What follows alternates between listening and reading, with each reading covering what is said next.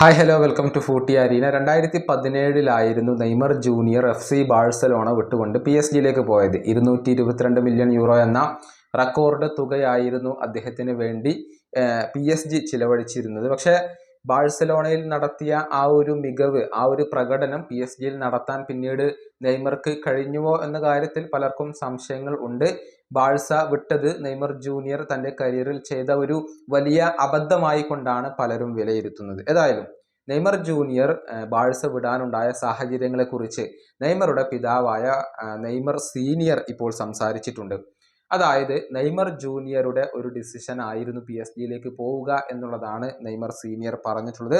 മാത്രമല്ല, ലയണൽ മെസ്സിയുടെ ആ ഒരു സ്ഥാനത്തേക്ക് നെയ്മർ ജൂനിയർ വരണമെന്ന് ബാഴ്സ ആഗ്രഹിച്ചുവെന്നും, എന്നാൽ മെസ്സിയുടെ സ്ഥാനം തട്ടിയെടുക്കാൻ അല്ലെങ്കിൽ അദ്ദേഹത്തിൽ നിന്നും അത് ഏറ്റെടുക്കാൻ നെയ്മർക്ക് താല്പര്യമുണ്ടായിരുന്നില്ല. അതുകൊണ്ടാണ് നെയ്മർ ബാഴ്സ വിട്ടത് എന്നുമാണ് നെയ്മറുടെ പിതാവ് ഇപ്പോൾ വെളിപ്പെടുത്തിയിട്ടുള്ളത്.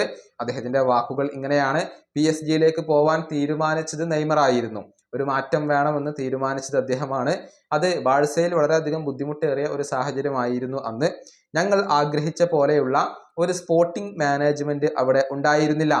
മെസ്സിയുടെ സ്ഥാനം ഏറ്റെടുക്കാൻ നെയ്മറോട് ബാഴ്സ ആവശ്യപ്പെടുകയായിരുന്നു. എന്നാൽ നെയ്മർ അതിന് തയ്യാറായിരുന്നില്ല. മെസ്സിയുടെ ആ ഒരു സ്ഥാനം ഒരിക്കലും നെയ്മർ ആഗ്രഹിച്ചിരുന്നില്ല.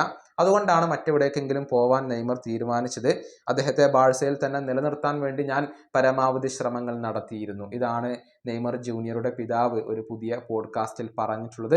അതായത് മെസ്സിയുടെ ആ ഒരു സ്ഥാനം ആഗ്രഹിക്കാത്തത് കൊണ്ടാണ് നെയ്മർ ബാഴ്സ വിട്ടത് എന്നാണ് ഇപ്പോൾ നെയ്മറുടെ പിതാവ് വാദിക്കുന്നത്. ഏതായാലും നെയ്മറെ സംബന്ധിച്ചിടത്തോളം ഇപ്പോൾ അദ്ദേഹം യൂറോപ്യൻ ഫുട്ബോളിൽ പോലുമില്ല. സൗദി അറേബ്യൻ ക്ലബ്ബായ അൽ ഹിലാലിന്റെ ഭാഗമാണ്. പക്ഷെ പരിക്ക് മൂലം അവിടെയും കളിക്കാൻ അദ്ദേഹത്തിന് കഴിയുന്നില്ല. അതുകൊണ്ട് തന്നെ താരത്തെ ഒഴിവാക്കാനുള്ള ഒരു ഒരുക്കത്തിലാണ് അൽ ഹിലാൽ ഉള്ളത്.